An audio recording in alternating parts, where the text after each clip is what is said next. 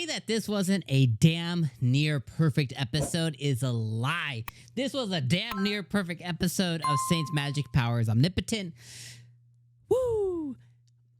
Our girl Say got to live it up this episode, and the Magus, you know, the Magus guy, whatever his name is, Druis or whatever, going after her is one part. He genuinely does like Say, okay, and that's the one part, is he genuinely does like her.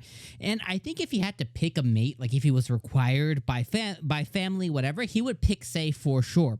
Not only because of her personality, he intrigues her, and he unlocks a different side of him that I don't think he really knew was there before. And reciprocally, Say is able to talk about things very naturally with him, as opposed to a lot of times, because she's so in her own about Hawks. A lot of times they have conversations that are genuine, but her being able to share things of her world and have somebody who is not just interested in her, but, you know, one step further interested in the thing that she's talking about, like, that's something special. And that's one of the things I've loved about this anime in the past, is like when it comes to the love interest, whether it's Johan, whether it's the Druis, whether it's Hawk's older brother, whether it is Hawks himself, is like she gives a different part of herself to each of these men, and they're all her, but it's like, when is she going to be able to give all four parts, or really it's all three parts? When is she going to be able to give all three parts to just one?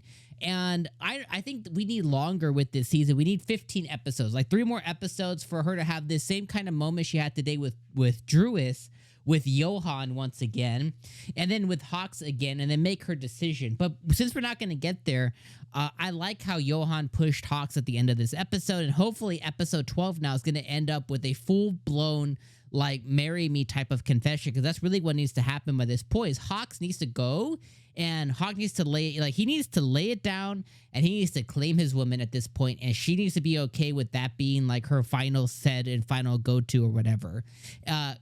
Ari said it the best, right? Is that's what got her in hot water, is the way that they view men and women relationships in this time period, in this world, isn't like it was in Japan or like it is in our modern world. Men and women just don't hang out. Like, they hang out for a special reason. They could be friends, they could be cordial, but they don't just go out and do things with each other to the sense of how she went to this play, or how she's hung out with Hawks before, or how she's gone out with Johan. Like, they just don't do that. And Ari got herself in hot water with the prince because she wasn't really thinking like, oh, some kind of romantic, sexual, any type of relationship. She was just thinking like, oh, this is a person, this is a genuine friend who cares for me, blah, blah, blah. It got her in hot shit.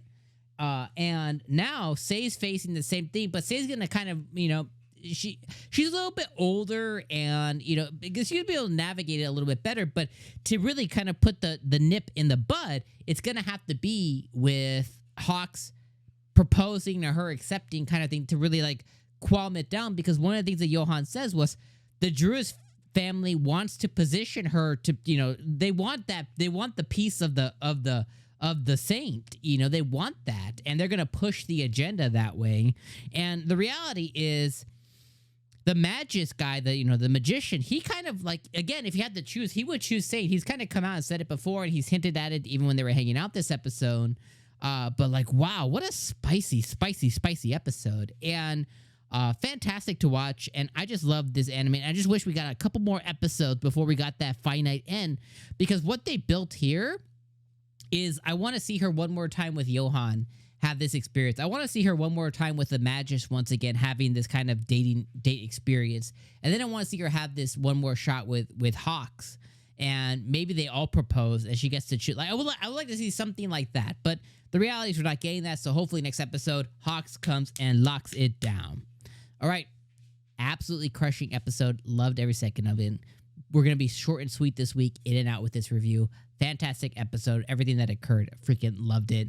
Saint's magic powers omnipotent holds a special place in my heart, and this episode got me to like, I was giggling like a little freaking girl. It's like, you like look at like little Elisha, look at him get all excited. She put his hands on his mouth. She was like, shit, I was like, so cute.